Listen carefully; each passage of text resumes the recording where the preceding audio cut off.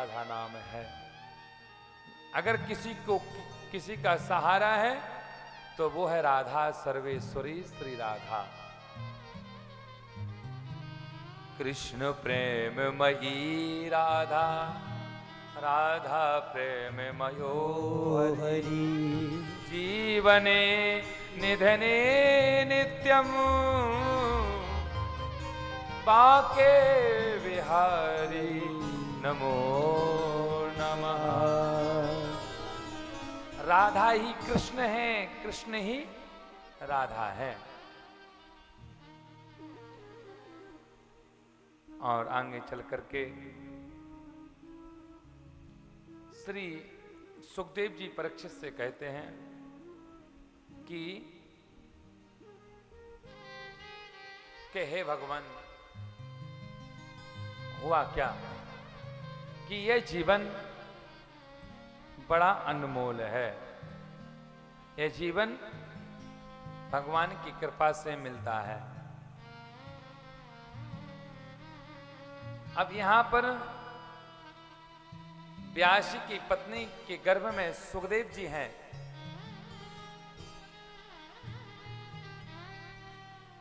एक बाप पाल सकता है 10 बेटों को, पर 10 बेटे पाल नहीं सकते एक बाप को।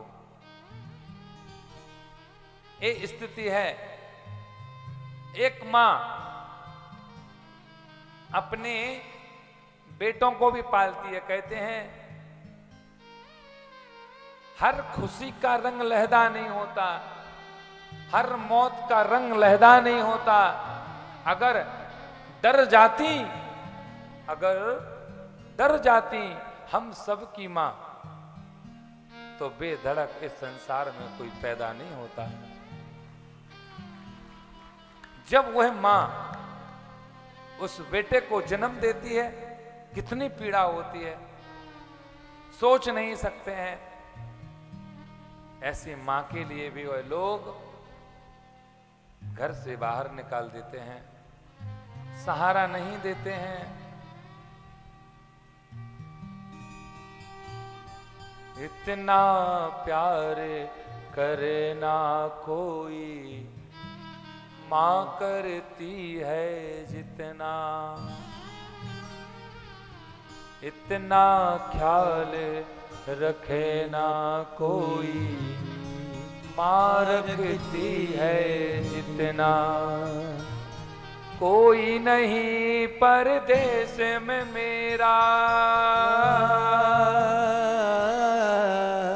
कोई नहीं परदेश में मेरा। किसको हाल सुनाऊं मैं, दूर हूं मैं, मजबूर हूं मैं, दूर हूं मैं, मजबूर हूं मैं। तेरे पास में कैसे आऊं मां, तेरे पास में कैसे आऊं मां। मां के जैसा प्यार, मां के जैसा कोई प्रेम कर नहीं सकता है। भोजन मां करा सकती है। संसार की और कोई औरत हो या और कोई व्यक्ति हो, भोजन तो सिर्फ मां ही करा सकती है। संसार का और कोई दूसरा इंसान भोजन नहीं करा सकता है, खिला नहीं सकता है। स्त्री के 3 रूप है पति के लिए। स्त्री के 3 रूप होते हैं पति के लिए। जब एक स्त्री अपने पति के लिए भोजन कराए तो उस पत्नी के लिए, पति के लिए कौन सा रूप होता है? उस समय पति के लिए अपनी पत्नी के लिए, और पत्नी के लिए अपने पति के लिए मां और बेटे का रिश्ता देखना चाहिए भोजन कराते समय। क्योंकि भोजन मां करा सकती है, पत्नी नहीं करा सकती है। अगर एक पत्नी अपने पति के लिए भोजन कराए तो मां बन करके कराए। और जब वह स्त्री, वह पत्नी अपने पति के साथ में कहीं पूजा करती है या कहीं दान करती है या पुण्य करती है या परिक्रमा करती है या यज्ञ नारायण की परिक्रमा साथ में करते हैं, तो उस समय वह पत्नी का रूप नहीं है, उस समय वो लक्ष्मी का रूप है। स्त्री जिस समय पूजा करती है अपने पति के साथ में, वो साक्षात सर्वेश्वरी श्री राधा रानी श्री लक्ष्मी जी का स्वरूप होता है। और पत्नी का जो स्वरूप और जो रूप है, पति के साथ जब भी आनंदित तो हो, साथ में रहें, अपना सुख और दुख साथ में बांटें, घर की चर्चा करें, उस समय पत्नी का रूप है।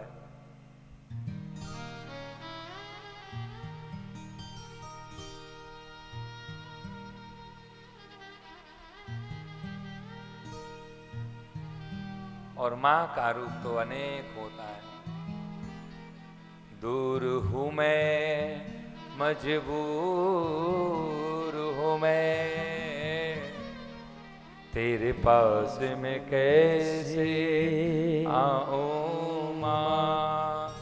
किसी का बेटा, किसी का वह लाड़, वह प्यार अगर दूर रहता है तो वो बेटा याद करता है कि मां के हाथ की रोटी खाने के लिए नहीं मिली, मां की रोटी कब मिलेगी खाने के लिए, सोचता है। वह मां कहती थी ना, उस बेटे को याद आता है।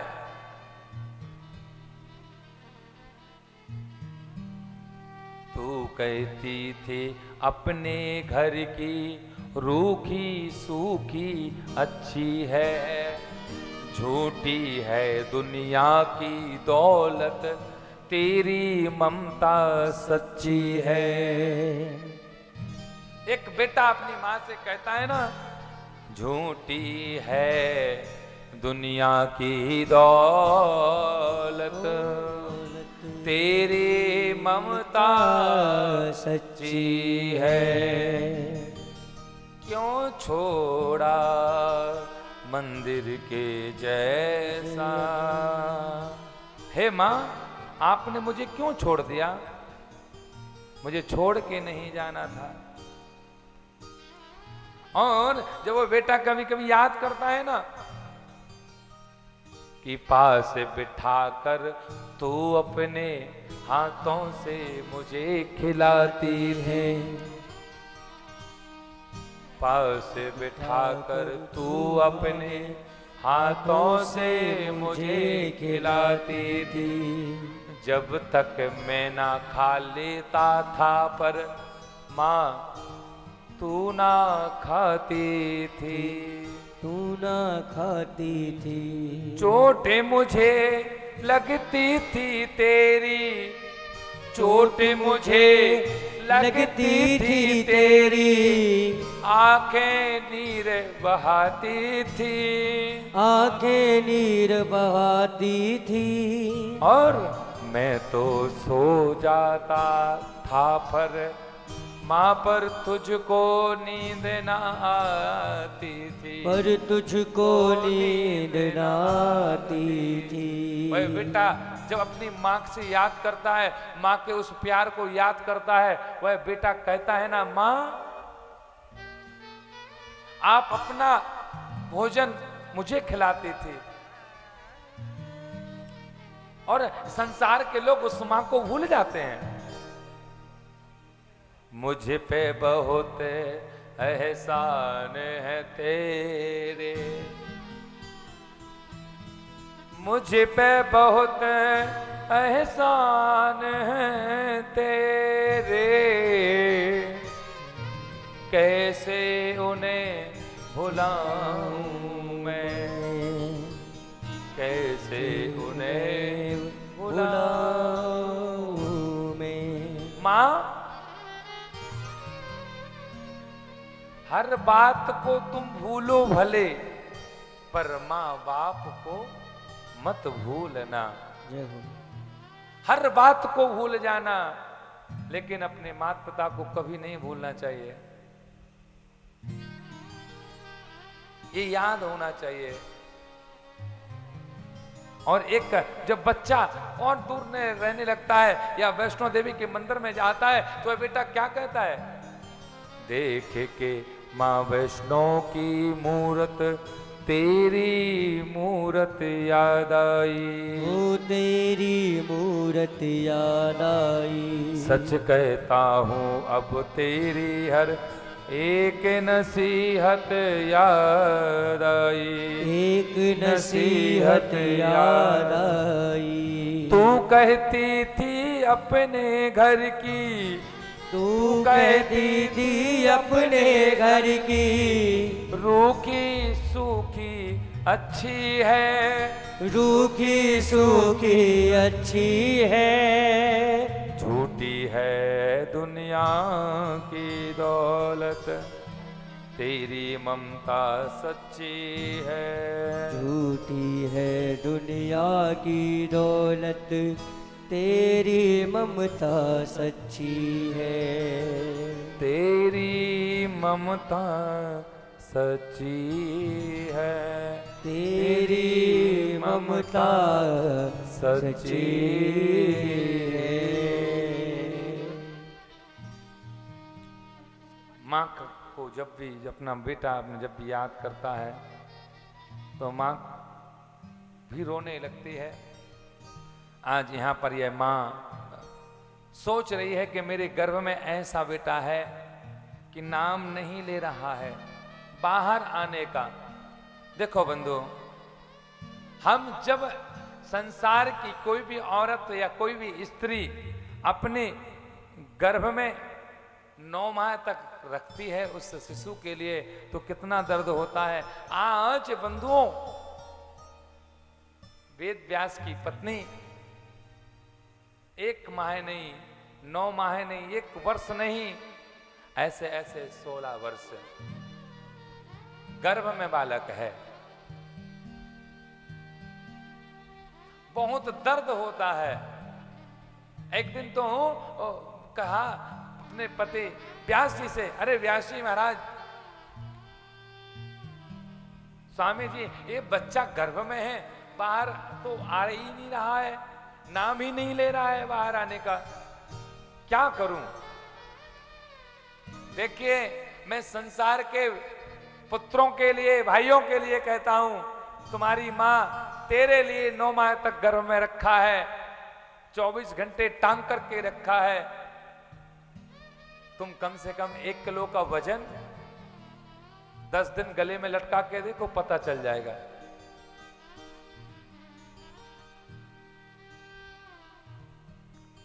और उस मां को भूल जाते हो। व्यास जी ने कहा ये बच्चा क्यों नहीं आ रहा है बाहर? व्यास जी ने बात की, अरे आप कौन हो, बाहर क्यों नहीं आ रहे हो? वही गर्भ में से वह बालक कहता है, वह सुखदेव कहते हैं, मैं बाहर इसलिए नहीं आ रहा हूं कि मुझे विष्णु की माया पकड़ लेगी, इसलिए मैं बाहर नहीं आना चाहता हूं। अगर आप विष्णु भगवान से वचन करके आ जाओगे, वचन भरवाए लोगे, तो मैं संसार में आ जाऊंगा। विष्णु भगवान के पास में व्यास जी गए तो विष्णु भगवान ने कहा, बोले ठीक है, मेरी माया सुखदेव के लिए, आपके पुत्र के लिए नहीं पकड़ेगी, बोल दीजिए। और सुखदेव से आकर के व्यास जी ने बोला, सुखदेव जी ने जन्म लिया। लेकिन देखिए, ऐसे सुखदेव परमहंस परम ज्ञानी चक्र चूड़ामणि श्री सुखदेव जन्म लेने के बाद तुरंत वन की ओर जाने लगे।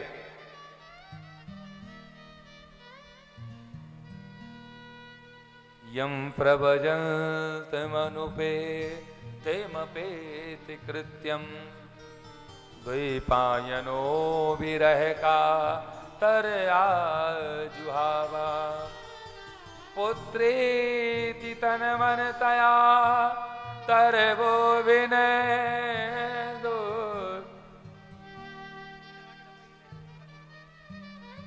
पुत्रेति तन्मनतया तरवो विनय दोष तम सर्वभूत हृदयं मुनिमानितोस्मि। जन्म लेने के बाद सीधा वन की ओर जाने लगे। यम प्रभजंत मनुपेत मपेत कृत्यम। आप लोग सोचिए माताएं, जिस माँ ने 16 वर्ष तक गर्भ में रखा हो और वही बालक जन्म लेने के बाद वन में चला जाए, कितनी पीड़ा, कितना कष्ट होगा। पीछे पीछे व्यास जी और जा रहे हैं, और कौन दोई पायनो विरह का तर आजू हावा, शरीर पर कुछ नहीं है, 2 अंगुल की लंगोट, वो भी जो जन्म लेने के बाद में जो नाल होती है ना, नाल की लंगोट डली हुई है। दोई पायनो विरह का तर आजू हावा, विरह है, बृहद वेदना से टूटी, इन झनकारों को चमका दो, लटका दो। व्यास जी कह रहे हैं तापत्र विनाशाय, हे लत्ता, हे पत्ता, पुत्रेति तन मन तया तरवो विनेधुस। हे लत्ता, हे पत्ता, मेरे सुखदेव को, मेरे इस पुत्र को रोक दीजिए। रुक नहीं रहा है, चला जा रहा है।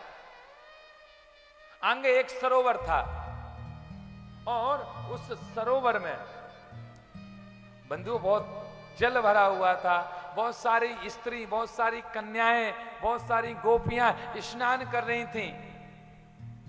16 वर्ष की जैसे सुखदेव निकलते हैं तो उन गोपियों ने, उन स्त्रियों ने वस्त्र को नहीं पहना, और जैसे ही वेद व्यास जी वहां से निकलते हैं तो उन स्त्रियों ने, उन गोपियों ने, उन कन्याओं ने कपड़े को, वस्त्रों को पहन लिया। अब बंधु व्यास जी ने उन गोपियाओं से, उन बेटियों से पूछा कि बेटी, मैं तेरे पिता के समान हूं, पिता की उम्र का हूं, पिता की उम्र से भी बड़ा हूं मैं, लेकिन मुझे देख करके कपड़ों को पहन लिया, लेकिन आपकी उम्र का, आपकी एज का मेरा बालक, मेरा पुत्र आपके सामने से निकलता है और आपने, किसी ने भी कपड़ों को नहीं पहना। एक गोपी का जवाब आया कि व्यास जी, पिताश्री क्षमा करें, आपका जो पुत्र गया ना, वो साधारण पुत्र नहीं है। अगर आपके पुत्र के सामने एक जोड़ी कपड़े नहीं, 1000 वस्त्र भी पहन लूं, फिर भी उस सुखदेव के सामने हम सब गोपी निर्वस्त्र हैं, क्योंकि वो तो अजन्मा है, वो तो भगवान है, वो तो परमहंस चक्र चूड़ामणि है। व्यास जी समझ गए कि ये कोई साधारण बेटा नहीं है, साधारण बालक नहीं है, अब पीछे जाना बेकार है। वापस आ गए, वापस चले आए और फिर अपने बढ़िया घर पर बढ़िया रह रहे हैं। अब पुत्र की कामना, पुत्र की प्राप्ति के लिए क्या सोचूं। अंतो गत्वा, अब श्री सुखदेव जी परीक्षित जी से कहते हैं कि परीक्षित जी, ऐसा मेरा जन्म था। परीक्षित जी ने सुखदेव जी से प्रश्न किया कि हमारा जन्म कैसे हुआ। तो अंतो गत्वा, आगे चल करके बंधुओं, एक दासी थी, दासी का एक पुत्र था, उसका नाम था बच्चा रामदास। बच्चा रामदास आने वाले समय में नारद जी बने। अब बच्चा रामदास भैया संतों की सेवा करता था, क्योंकि नारद जी की मां, बच्चा रामदास की मां दासी थी, संतों का ध्यान रखती थी, संतों का पूजन वंदन करती थी, और संतों का जो झूठा बचता था वह स्वयं खाती थी और अपने बेटे को देती थी। देखिए, जो जैसा कर्म करेगा वो वैसा फल पाएगा। अच्छा खाओगे तो अच्छा फल पाओगे। एक बात बताइए, एक कोई सुंदर सा बगीचा लगा हुआ है, उस बगीचे में बहुत सारे पेड़ लगे हुए हैं, बहुत सारे फल लगे हुए हैं। उस बगीचे में वो भक्त गया, तो उस बगीचे में जब भक्त गया तो आंखों ने देखा। फल को कौन देखता है? कौन देखता है? आंख। आंखों ने देखा अब पेड़ के ऊपर आंख तो चढ़ नहीं सकती है, आंख तो जा नहीं सकती है, तो आंखों ने देखा पैर गए। पैर कहां चले गए? पेड़ पर। आंखों ने देखा पैर गए, हाथों ने तोड़ा। उस फल को कौन तोड़ेगा? हाथ। हाथों ने तोड़ा, मुख ने चखा और रखा पेट ने। आंखों ने देखा पैर गए, हाथों ने तोड़ा, मुख ने चखा, रखा पेट ने। और जब उस बगीचे का मालिक आ गया और मालिक ने देखा कि चोरी कर रहा है, उसने बढ़िया लंबा सा उठाया डंडा और पीटना चालू किया। तो पिटी पीट, अरे डंडा पीछे ही तो पड़ेगा। तो आंखों ने देखा पैर गए, हाथों ने तोड़ा, मुख ने चखा, रखा पेट ने, पिटी पीट। अब जब पिटाई होगी तो आंसू कहां से आएंगे? कहां से आएंगे? आंखों से। शुरुआत कहां से हुई थी? तो जो जैसा कर्म करता है उसको वैसा ही भोगना पड़ता है। चाहे इस हाथ से खाओ, चाहे इस हाथ से खाओ, जाना तो पेट में है, लेकिन सही हाथ से भोजन करना चाहिए। भजन चाहे इससे भी माला कर सकते हो, उल्टा हाथ है, लेकिन नहीं, इससे ही करना पड़ेगा। हमारे हाथ में सभी तीर्थ हैं। सबसे बड़ा धर्म है अपनी माता पिता की पूजा करना। आप भले ही कथा मत कराना, भले ही दान मत करना, भले ही यज्ञ मत करना, वृंदावन मत जाना, भंडारा मत करना, जिसने अपने माता पिता की सेवा नहीं की, आप चाहे लाखों भंडारा कर लेना, कुछ लाभ मिलने वाला नहीं है। क्योंकि सबसे बड़ा धर्म, सबसे बड़े धाम, सबसे बड़ा ग्रंथ तो मात और पिता होते हैं। बहू के लिए सास और ससुर सबसे बड़ा धर्म है, सबसे बड़ा धाम वृंदावन है। मात पिता से बड़ा कुछ नहीं है। जिसने मात पिता के चरणों में प्रणाम कर लिया, मात पिता को साध लिया, उसका बेड़ा पार है। तो श्री बच्चा रामदास, चतुर्मास का समय चल रहा था। कुछ संत नारद जी के घर पर आए हुए थे। अब वो नारद जी के लिए बताते थे कि देख बेटा, इस संसार में कोई किसी का नहीं है, कोई किसी का नहीं है, ये संसार सब मिथ्या है। एक दिन महाराज ने बता दिया वास्तव में कोई किसी का नहीं है। एक जगह एक व्यक्ति था, उनका एक ही बालक था, बहुत पैसे वाले थे, सब कुछ अच्छा था।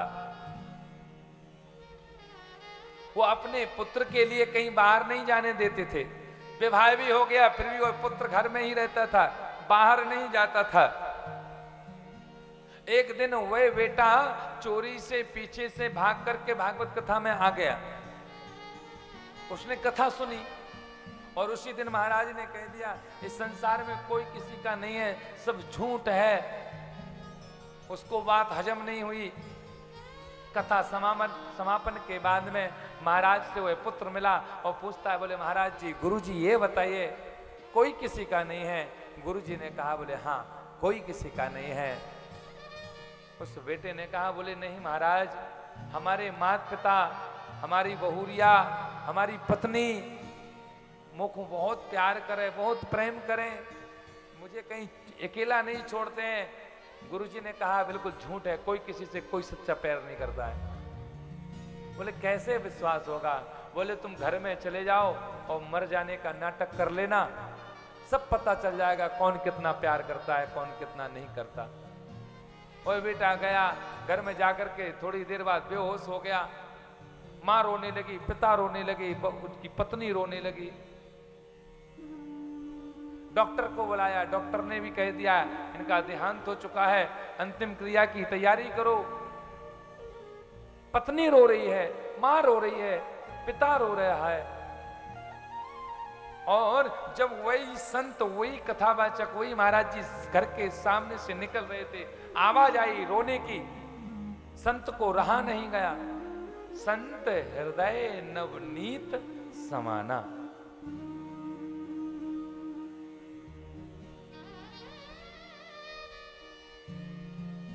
संत ना होते इस जग में, संत ना होते इस जग में तो जल जाता संसार।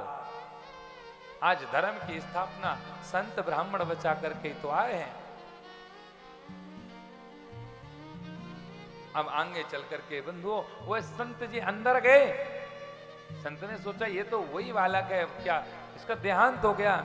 घर वालों से पूछा, घर वालों ने कहा, बोले हाँ इसका देहांत हो गया है। संत ने कहा, हाथ पकड़ करके, नाड़ी पकड़ करके, बोले आपका बेटा ठीक हो सकता है, ठीक हो जाएगा।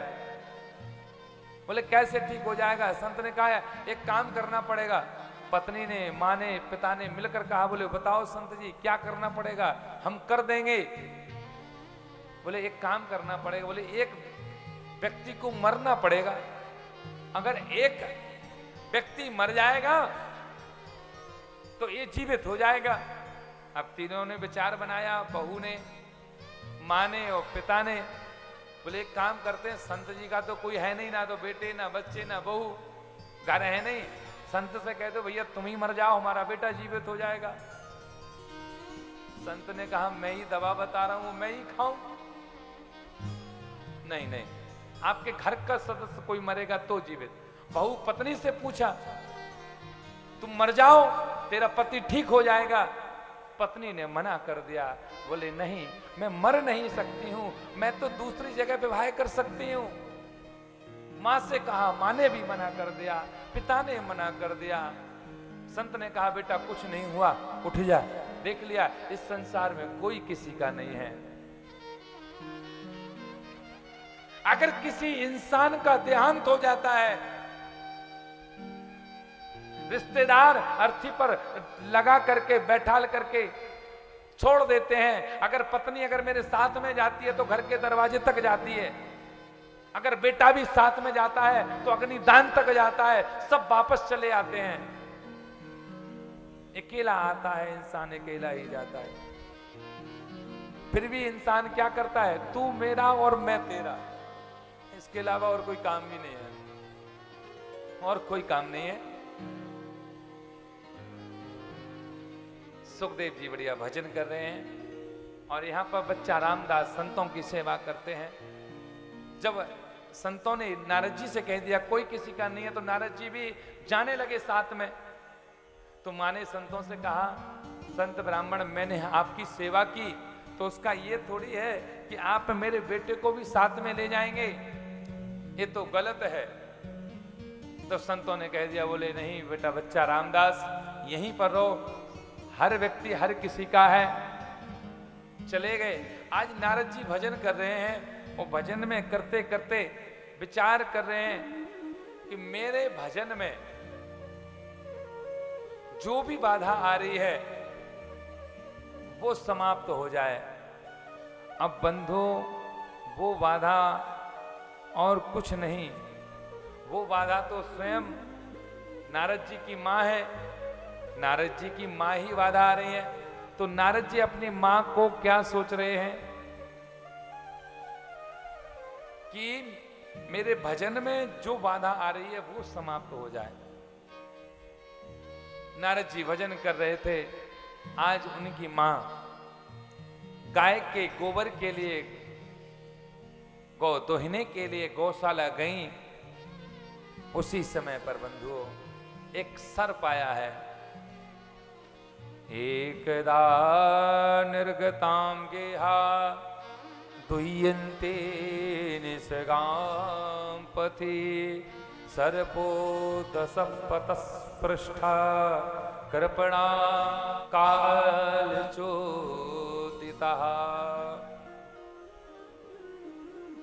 एकदा निर्गताम गेहा दुह्यन्ति निशिकाम पथे सर्पो दशपतः पृष्ठा कृपणाम कालचोदितः। गाय की पूंछ जैसे ही नारद जी की मां पकड़ी हुई थी, उसी समय पर सर्प आया। सर्प ने काटा और मां का देहांत हो गया। नारद जी ने संस्कार करके भजन में बैठ गए। अब नारद जी रो रहे हैं, और जब नारद जी रो रहे हैं तो दो प्रकार के आंसू आ रहे हैं नारद जी की आंखों में से। हर इंसान की आंखों में से भी दो प्रकार के आंसू होते हैं। एक आंसू होता है ठंडा, जब हम रोते हैं, और एक आंसू होता है गर्म। जब हम सुख में रोते हैं तो हमारे आंसू ठंडे होते हैं, जब हम दुख में होते हैं तो हमारे आंसू गर्म निकलते हैं। नारद जी की आंखों में से आंसू, एक आंख में से ठंडा, एक आंख में से गर्म आंसू। नारद जी एक तरफ से तो ये सोच रहे थे चलो अच्छा हुआ, मां चली गई, भजन कर लूंगा। एक तरफ से रो रहे थे कि बड़ा बुरा हुआ कि मेरी मां मुझे छोड़ करके चली गई। अंतिम में नारद जी के लिए भगवत प्राप्ति हुई, भगवान बन गए। और आगे चल करके बंधुओं, श्री कृष्ण भगवान एवं यान्तम विजने माया हा गोचरो गिराम।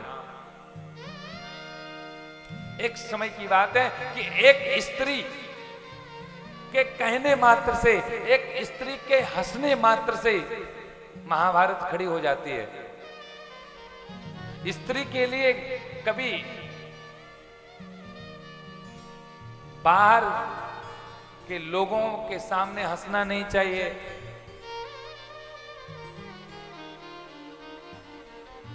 और बंधुओं, ये बात आती है महाभारत की। बंधुओं, एक बार की बात है, श्री सुखदेव जी वर्णन कर रहे हैं कि आत्मा राम मुनयोश्च, आत्मा से जो सुखदेव जी ने कथा को सुनाने की कृपा की कि एक तरफ थे पांडव और एक तरफ थे कौरव। लेकिन बंधुओं, पांडव कौन है? पांडव बंधुओं जो हैं वो एक भगवान की भक्ति करने वाले हैं, भगवान को साथ में रखने वाले हैं। और एक समय की बात थी कि द्रौपदी अपने बाहर आंगन में खड़ी हुई थी। दुर्योधन बाहर चला आ रहा था तो धोखे से वह तालाब में, पहले घर के अंदर तालाब बने रहते थे छोटे छोटे, तो जल में गिर गया। द्रौपदी हंसने लगी तो दुर्योधन ने यह सोचा कि ये मेरे कारण हंस रही हैं। और उस दिन से दुर्योधन ने सोच लिया कि अब तो बंटवारा होगा। दुर्योधन को एक वरदान था। वो वरदान क्या था कि दुर्योधन जितना दान करेगा उससे 1000 गुना धन बढ़ जाएगा। जिस समय पांडवों के पास में पूरा राज्य था, इंद्रप्रस्थ की नगरी पांडव के पास में थी, उस समय कोषाध्यक्ष जो था वो दुर्योधन था। और आगे चल करके एक सभा रखी और सभा में बंधुओं एक भैया थे, वो मंत्री थे, दयत्र सखा, उनका नाम था विदुर जी। विदुर जी पांडव का पक्ष करते थे। तो एक दिन की बात है कि दुर्योधन ने भैया विदुर जी से कहा, अरे विदुर जी तुम खाते मेरा हो, पगार मेरे से लेते हो, मेरा नमक खाते हो और बात आप उनकी करते हो, पांडवों की बात को रखते हो। मंत्री पद से निकाल दिया। आदेश हुआ है कि द्वारकानाथ द्वारकापुरी से यहां इंद्रप्रस्थ की नगरी में आ रहे हैं, बड़ा स्वागत हो रहा है। दुर्योधन ने सभा में बुलाया है, सभा लग रही नहीं जा रही है और श्री द्वारकापुरी जी को छोड़ करके श्री कृष्ण भगवान आ रहे हैं।